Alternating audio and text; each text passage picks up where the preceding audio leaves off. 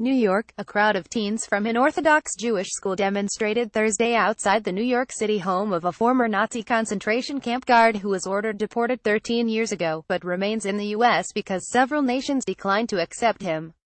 Students from Ramsivta stood across the street from the Queens home of 94-year-old Jackie Palage on the 79th anniversary of Kristallnacht, when Nazis in Germany violently attacked Jews and destroyed their communities.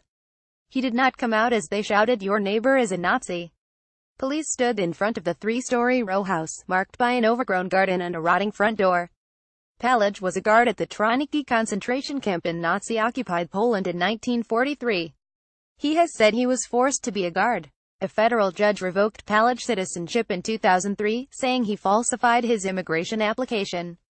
The court also ruled that he had assisted in the persecution of prisoners at the camp, though it stopped short of finding him responsible for deaths. Thousands of Jews were slaughtered at Triniki and a nearby labor camp in 1943. New York's legislators have urged the federal government to deport him. A judge said Palage could be sent to Germany, Poland or Ukraine, or other nations, but U.S. officials have not persuaded a country to take him. Holding a sign that read "His hands are drenched in blood," Joshua Kogal, 16, said he was protesting Palage's involvement in the extermination of Jews. "The fact he has remained here and taken advantage of the U.S., he's enjoyed the rights of living here," the teen said. The students protested later in the afternoon at the German consulate in New York. One neighbor who lives directly across the street said he never had seen Palage in front of his house. Angel Tanisaka, who has lived a few doors down from Palage for 25 years, said he rarely sees his neighbor.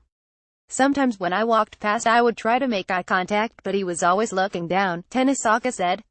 The protest was organized by Rabbi Zev Friedman, dean of the school, who led the chants of his students. "It's extremely important that no Nazi walk the streets of the U.S., Friedman said. In October, New York's congressional delegation sent a letter calling on Secretary of State Rex Tillerson to deport Palage. It was signed by all 29 members, both Republicans and Democrats.